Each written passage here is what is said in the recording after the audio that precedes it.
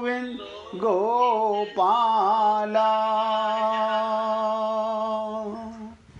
भजो गिरिधर गोविंद गोपाला भजो मुरली मनोहर नंद लाला भजो मुरली मनोहर नंद लाला भजो गिरिधर गोविंद गोपाला भजो गिरिधर गोविंद गोपाला भजो मुरली मनोहर नंद लाला भजो मुरली मनोहर नंद लाला भजो गिरिधर गोविंद गोपाला भजो गिरिधर गोविंद गोपाला भजो मुरली मनोहर नंद लाला भजो मुरली मनोहर नंद लाला भजो गिरिधर गोविंद गोपाला भजो गिरिधर गोविंद गोपाला बोलिए वृंदावन बिहारी लाल की जय जय श्री राधे जय जय श्री राधे। सभी भक्तों से निवेदन, बहुत एकाग्रचित होकर सत्संग के प्रत्येक शब्द को पूरी एकाग्रता के साथ हृदयंगम करें। दूसरे अध्याय का अंतिम श्लोक 72वां कल आपके साथ इस पर चर्चा चली। अर्जुन ने भगवान से पूछा था, जिसको आत्मज्ञान हो जाता है उसकी स्थिति क्या होती है। ब्रह्म ज्ञान होना, आत्मज्ञान होना, मैं देह नहीं हूं, ये ज्ञान होना एक ही बात है। विजय भाई जरा अपने मोबाइल की आवाज बंद कर लेना। कोई नहीं भैया, अब बहुत ध्यान से सुनिएगा भैया। तो भगवान कहते हैं ब्राह्मी स्थिति अर्थात ब्रह्म को प्राप्त हुए मनुष्य की स्थिति। इससे क्या होता है, अब आप सोचिएगा, क्या आपकी और हमारी ये स्थिति है। भगवान कहते हैं अहंकार रहित होने से, अहंकार रहित होने से जब व्यक्तित्व मिट जाता है तब उसकी स्थिति स्वतः ही ब्रह्म में हो जाती है। क्या हमारे अंदर अहम भाव, अहंकार भाव, अंधकार भाव, ममता मोह आसक्ति, काम क्रोध लोभ ये मिट गए हैं तो आपको आत्मज्ञान हो चुका है। अन्यथा थ्योरेटिकल ज्ञान है, प्रैक्टिकल नहीं है। कारण संसार के साथ संबंध रखने से ही, संसार के साथ, शरीर के साथ संबंध रखने से ही व्यक्तित्व था, मैं शरीर हूं। ये कब था? जब आपने संसार से अपना संबंध माना हुआ था। तो अगर किसी का संसार में संबंध है तो इसका मतलब वो अपने को शरीर मानता है। आप सोचते होंगे ऐसा कैसे हो सकता है कि संसार से बिना संबंध रखे कोई रह कैसे सकता है? बहुत मूल प्रश्न है जीवन का हम लोगों का। हम लोग परिवार से संबंध रखते हैं, हाँ रखते हैं। रिश्तेदारों से संबंध रखते हैं, अजी पूरा पूरा, क्या बात कर रहे हैं? आधा व नहीं, पूरा पूरा रखते हैं। और संसार से, हाँ उनसे भी रखते हैं। कि इसका मतलब अभी हम अपने आप को शरीर मानते हैं। हम अपने आप को शरीर ही मानते हैं और हम में अहंकार है, यानी अज्ञान है। भगवान शरीर में ही अवतार लेकर आते हैं हम लोगों को बताने के लिए। संत महात्मा भी शरीर में ही रहते हैं, लेकिन आपको लगता होगा शरीर में रहते हैं, संसार की सारी वस्तुएं ग्रहण करते हैं, परिवार में रहते हैं, सबके यहाँ आते जाते हैं, लेकिन जो हम करते हैं वो नहीं करते। ना काहूं सो दोस्ती, ना काहूं सो बैर, ममता मोह आसक्ति नहीं करते। भगवान भी नहीं करते, संत महात्मा भी नहीं करते। क्यों? यही तो एक्टिंग है, यही तो व्यवहार है। शरीर मिला है संसार की सेवा करने के लिए। सेवा। लेकिन हम लोग भूल जाते हैं संसार के साथ संबंध रखने से ही व्यक्तित्व है, शरीर है। उस संबंध को सर्वदा छोड़ देने से योगी की अपनी कोई व्यक्तिगत स्थिति नहीं रहती। इसी को ब्रह्म स्थिति कहते हैं, आत्मज्ञानी कहते हैं। यही समझ, यही धारणा हमें संत महात्माओं से, भगवान से और गुरु से मिलती है।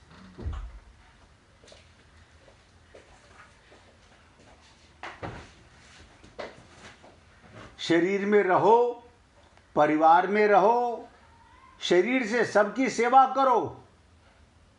सेवा। हम सेवा कम करते हैं, प्रेम ज्यादा करते हैं। बस। हम कोई राक्षस थोड़ी हैं, हम कोई राक्षस नहीं हैं, लेकिन भगवत प्राप्ति नहीं कर पाते। कहा गया राग और द्वेष केवल भगवान से करो या भगवान के परिवार से करो। आप सोचिए, रावण के यहां ब्रह्मा जी वेद पाठ करने आते थे। सारे देवता हाथ जोड़कर खड़े रहते थे, लेकिन अहंकार था। अपने को देह मानता था, वेद पाठी था।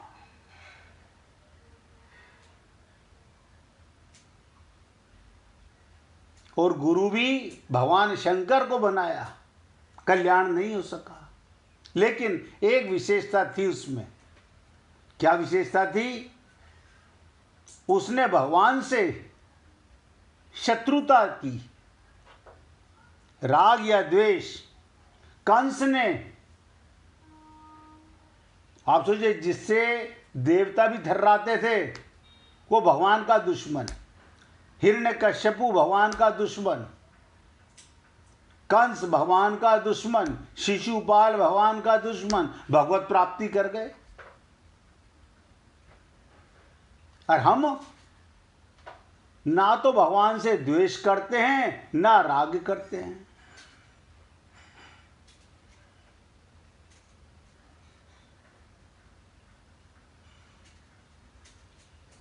हम और सब कुछ करते हैं जिससे भगवान हमारे बस में नहीं होते। हम भगवान को बस में करना चाहते हैं। बस का मतलब क्या होता है? या तो भगवान से प्रेम करोगे तो भगवान बस में होंगे, या भगवान से द्वेष करोगे, शत्रुता करोगे तो भगवान 24 घंटे आपके चिंतन में रहेंगे, मनन में रहेंगे, ध्यान में रहेंगे। कंस को सब जगह कृष्ण कृष्ण नजर आते थे, और हमको सब जगह अपनापन। किसका अपनापन? शरीर का अपनापन। आत्मा का अपनापन तो नजर आता नहीं।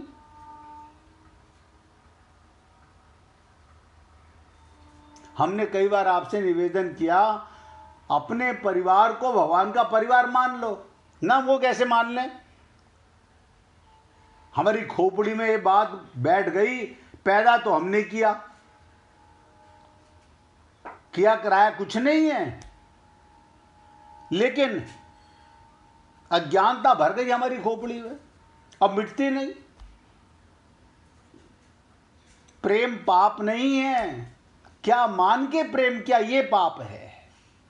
आपने शरीर का संबंध मान के प्रेम किया, ये पाप है।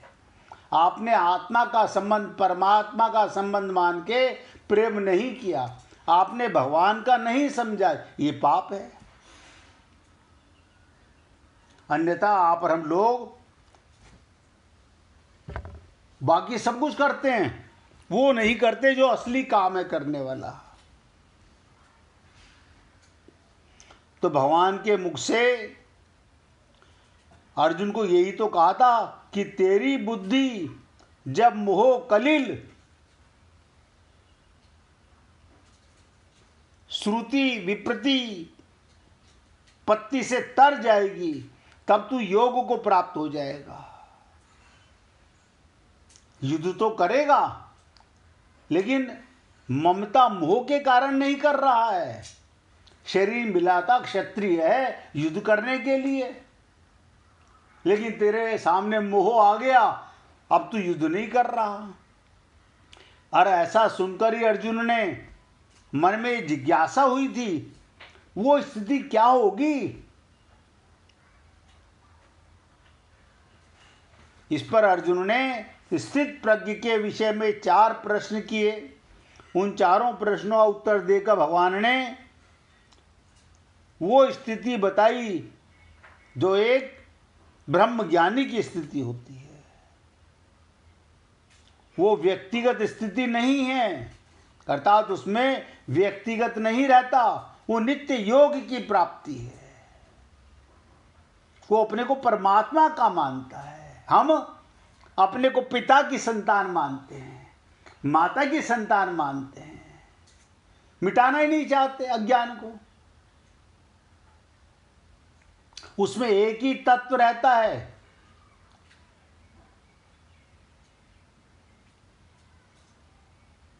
एक तत्व। इसी तरफ लक्ष्य कराने के लिए है भगवान ने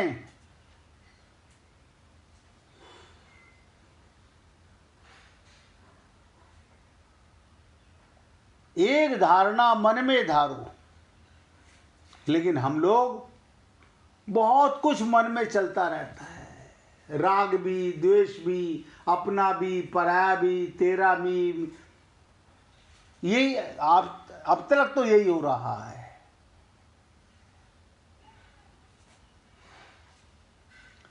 तो कल हमने आपसे निवेदन किया था, जब तक शरीर में अहंकार रहता है तभी तक मोहित होने की संभावना है। यानी शरीर को मैं शरीर हूं मानोगे तो शरीर से माया के सारे काम, क्रोध, लोभ सब आ जाएंगे। ये पूरा परिवार है अज्ञानता का। मोहित होने की संभावना रहती है, परंतु जब अहंकार का सर्वदा अभाव होकर ब्रह्म में अपनी स्थिति माने कहाँ रहते हो? भगवान की गोदी में, आनंद मध्य सिंधु तब वासा अनुभव हो जाता है। तब व्यक्तित्व टूटने के कारण फिर कभी मोहित होने की संभावना ही नहीं रहती। ऐसा नहीं समझेगा कि शरीर पर दुख नहीं आएंगे, शरीर बीमार नहीं होगा, शरीर मरेगा नहीं, परिवार में कोई मरेगा नहीं, कुछ हो, सब कुछ होगा। लेकिन आपको ये सब माया का प्रपंच नजर आएगा। क्यों? जैसे रात को सपना सच्चा नजर आता है, ऐसे ही दिन में आप देखिएगा, हमारी दृष्टि में हमारे परिवार में किसी का देहांत हो जाए, हम कहते हैं कैसे बात कर रहे हो, हमने अपनी आंखों से देखा है मरते हुए। लेकिन संत जिसे ब्रह्म ज्ञान हो गया, उसकी दृष्टि में कोई नहीं मरा, सब लीला है। हम रात को सपना देखते हुए भी ऐसे ही पागल और दिन में भी ऐसे ही पागल।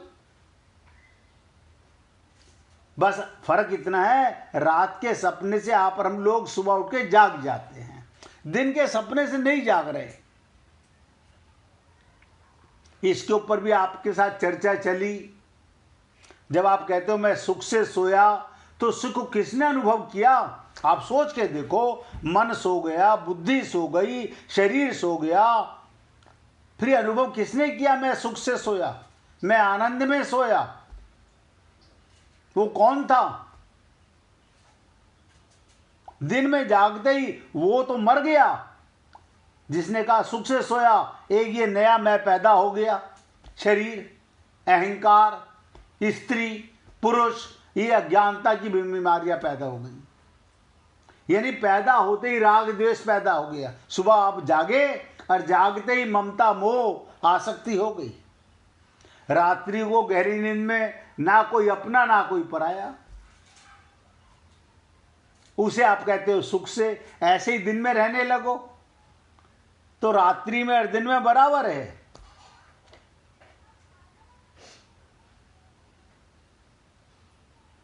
यही है राज। रात का सपना सब समझ जाते हैं, दिन के सपने को ऐसे कैसे मान लें, ऐसे कैसे मान लें? भाई यही भ्रम तो खोपड़ी में से नहीं मिटता। इसी के लिए सत्संग सुनते हो, इसी के लिए संतों के पास जाते हो, लेकिन भाई एक काम नहीं करते, बुद्धि लगाते हैं। सुनते तो हैं लेकिन बुद्धि लगा के सुनते हैं। फिर शरणागति नहीं हुई। मन बुद्धि का सरेंडर करके सुनो। डॉक्टर के सामने नहीं लगाते बुद्धि। नहीं डॉक्टर साहब जैसा आप कह रहे हैं हम क्यों, वो भी बता देता हूं क्यों कहते हैं। डॉक्टर की बात क्यों मानते हैं, वहां बुद्धि क्यों नहीं लगाते? क्योंकि वहां पर आप अपने को शरीर मानते हो, इसलिए डॉक्टर की बात मानते हैं। गुरु की या भगवान की बात क्यों नहीं मानते? क्योंकि हम अपने को आत्मा नहीं मानते, हम तो देह मानते हैं। कितना ही सत्संग सुन लो, कितनी गीता भागवत रामायण सुन लो, मंदिरों की तो बात ही छोड़ दो, बाकी सब प्रपंच तो छोड़ दो, वो तो हम न जाने क्या क्या करते रहते हैं।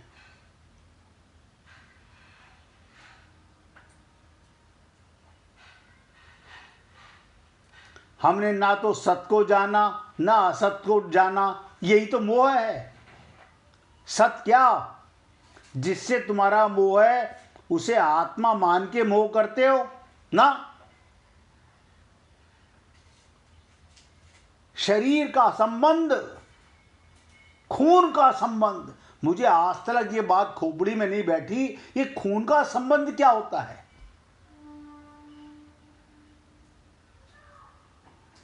ब्लड बैंक में जाओ, वो कहते हैं भाई इतनी तरह के खून होते हैं।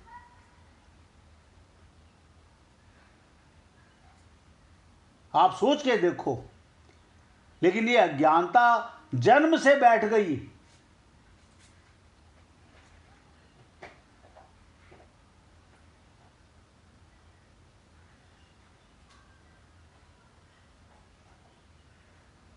कहते हैं ना, बचपन से ही माँ बाप ने रास्ता गलत दिखाया रे, तेरे मेरे का पाठ पढ़ाकर भ्रम में डलवाया रे। हम लोग ऐसे ही तो पागल हुए आज तक।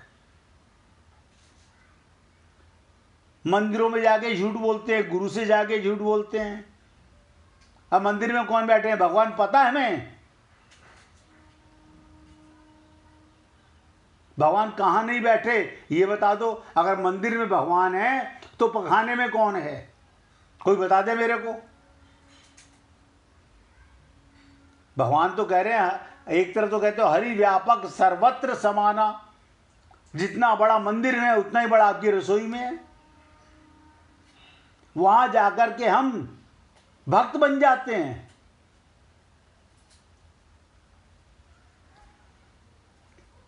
इसलिए निवेदन कर रहा हूं, सत और असत को ठीक तरह से समझ लेना। बस आत्मज्ञान, तत्व ज्ञान, ब्रह्म ज्ञान हो गया। सत क्या है और असत क्या है? सत माने क्या और असत माने क्या? जहां कहीं अपनापन आया, क्या बताओ? एक हमारे अंदर अपनापन, ये मेरे मामा जी हैं, ये मेरे फूफा जी हैं, ये मेरे चाचा जी हैं, ये मेरा फलाना है। और सत माने क्या? जित देखूं तित श्याममयी है।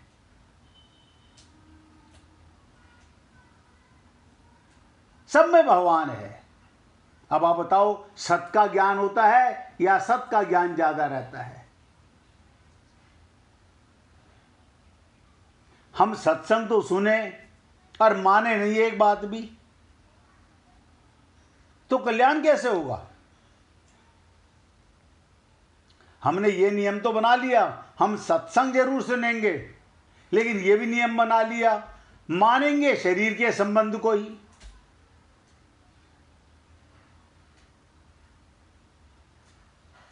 अरे एक बार सत को जान लो, फिर संसार में रहो, कोई फर्क नहीं पड़ता।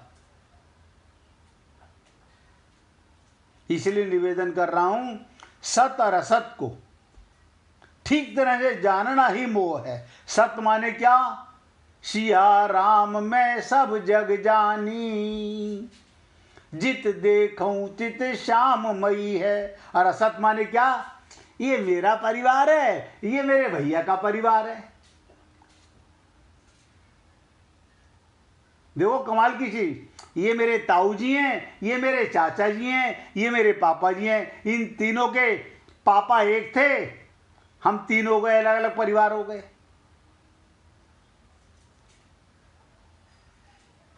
और ये अज्ञान मिट नहीं रहा।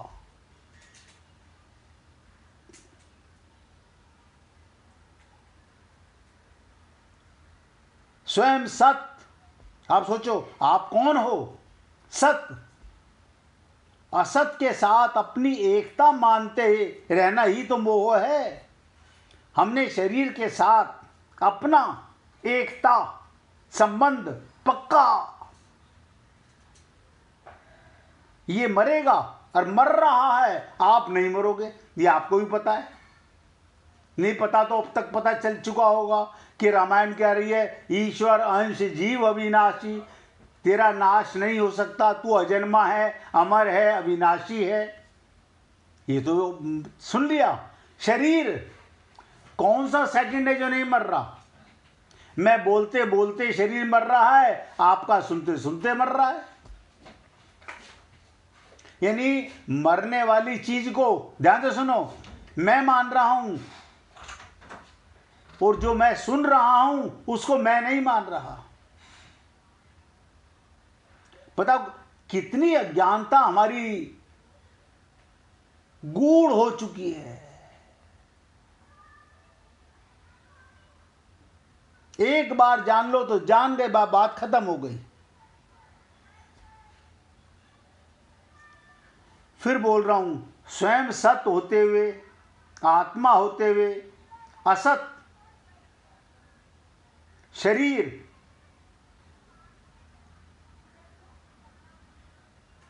के साथ अपनी एकता मानते रहना ही मोह है, और कोई मोह नहीं है, यही एक मोह है।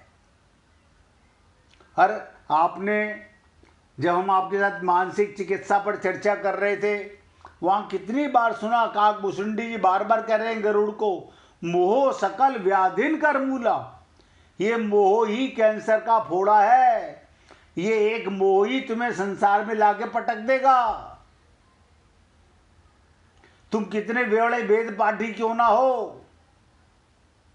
रावण वेद पाठी था, विद्वान था, देवता थर्राते थे, लेकिन मोह था। हनुमान जी ने अक्षय कुमार को मारा, कहता है ऐसे कैसे हो सकता है, मेरे बेटे का नाम तो अक्षय है।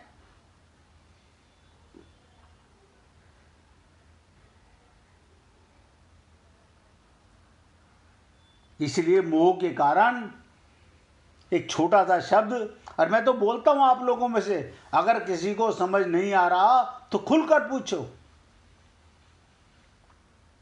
खुलकर पूछो।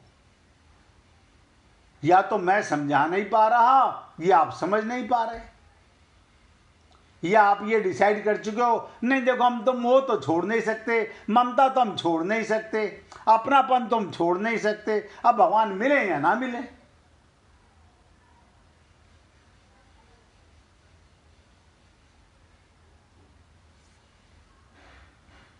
जब साधक असत को ठीक तरह से जान लेता है, आप नहीं मरोगे, शरीर मरेगा, शरीर का जन्म होता है, तब असत से उसका संबंध विच्छेद हो जाता है। असत से संबंध विच्छेद हुआ, शरीर से संबंध विच्छेद। हम शरीर का ही धर्म निभा रहे हैं।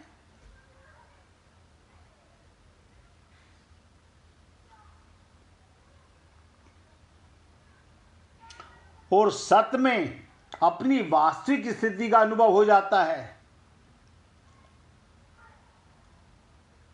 असत को ठीक तरह से जान लो बस, तो क्या होता है, असत से संबंध विच्छेद हो जाता है, और सत्य को अपनी वास्तविक स्थिति का अनुभव हो जाता है। इस स्थिति का अनुभव होने पर फिर कभी मोह नहीं होता।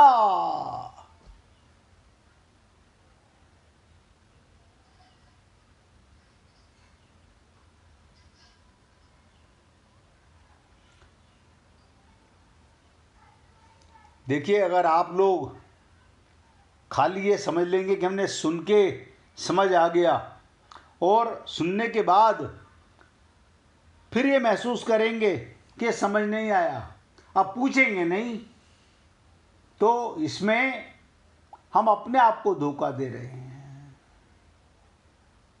हम अपने आप को भगवान को धोखा दे नहीं सकते, संत को, गुरु को धोखा दे नहीं सकते।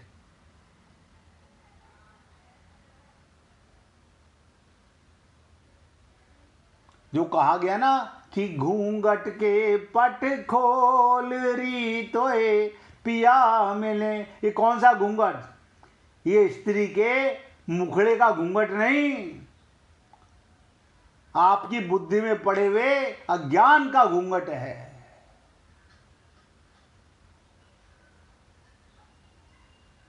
हमारी बुद्धि में अज्ञान का पर्दा पड़ा हुआ है।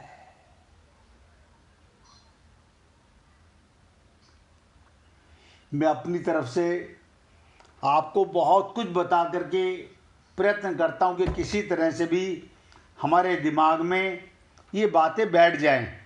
अब मुझे नहीं पता,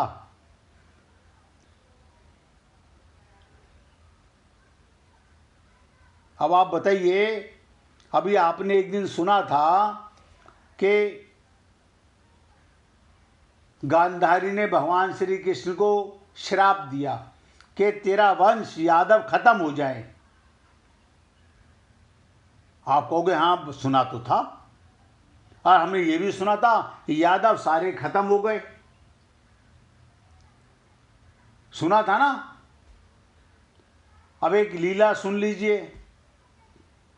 जब यादवों का नाश हो गया तो उद्धव जी कैसे बच गए? उद्धव जी कैसे बच गए? उद्धव भी तो यदुवंशी थे, उन्हीं के वंशज थे। एक बार द्वारकापुरी में खेलते हुए यदुवंशी और भोजवंशी बालकों को खेल खेल में कुछ मुनियों को चिढ़ा दिया उन्होंने। तब यादव कुल का नाश ही भगवान को अभिष्ट है, ये समझकर उन ऋषियों ने बालकों को श्राप दिया। भगवान चाहते थे, ऋषियों ने श्राप नहीं दिया।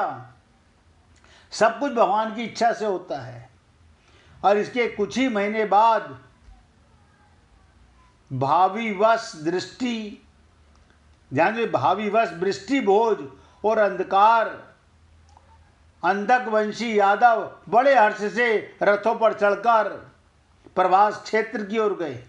वहां स्नान करके उन्होंने उस तीर्थ के जल से पितृ देवता ऋषियों का तर्पण किया और ब्राह्मणों को श्रेष्ठ गौएं दी, सोना चांदी जो देना सब बांटा।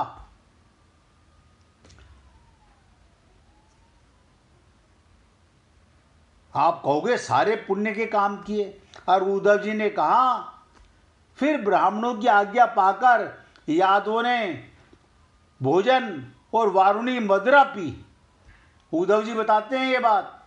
फिर क्या करा उन्होंने? जब बचे उद्धव जी तो बताएगा कौन? यानी उन्हीं लोगों ने, भगवान के कुल वालों ने, ब्राह्मणों की आज्ञा पाकर यादवों ने भोजन और मदिरा पान किया। उससे उनका ज्ञान नष्ट हो गया और वो दुर्वचनों से एक दूसरे को हृदय से चोट करने लगे। और मदिरा के नशे से उनकी बुद्धि बिगड़ गई और जैसे आपस की रगड़ से बांसों में आग लग जाती है, उसी प्रकार सूर्यास्त होते होते मारकाट शुरू हो गई। भगवान अपनी माया की उन विचित्र गतियों को देखकर सरस्वती के जल से आचमन करके एक वृक्ष के नीचे बैठ गए। इससे पहले ही शरणागतों के दुख दूर करने वाले भगवान श्री कृष्ण ने अपने कुल का संहार करने की इच्छा होने पर उद्धव जी से क्या कहा, ध्यान से सुनो। उद्धव जी बता रहे हैं, मुझसे कह दिया कि तुम बद्रिका आश्रम चले जाओ। विदुर जी, इससे यद्यपि मैं उनकी आशय समझ गया, ये विदुर जी को उद्धव जी बता रहे हैं, तो भी स्वामी के चरणों का वियोग ना सह सकने के कारण मैं पीछे पीछे प्रवास क्षेत्र में पहुंच गया। वहां मैंने देखा जो सबके आश्रय हैं, जिनका कोई भी आश्रय नहीं, वो प्रियतम प्रभा परमात्मा शोभा धाम श्याम सुंदर सरस्वती के तट पर अकेले बैठे हैं। दिव्य विशुद्ध सत्य में अत्यंत सुंदर शरीर है, शांति से भरी रहने वाली आंखें हैं, उनको 4 भुजाएं और रेशमी पीतांबर देखकर मैंने उनको दूर से पहचान लिया। देखो, भगवान ने, उद्धव जी ने चतुर्भुजा में देखा भगवान को, पीतांबर में देखा, अब पहचान गए। इसके बाद क्या हुआ, 1 मिनट पहले कीर्तन करो, फिर इस लीला को पूरा करूंगा। गोविंद गोविंद गोपाल भज मन गोविंदा।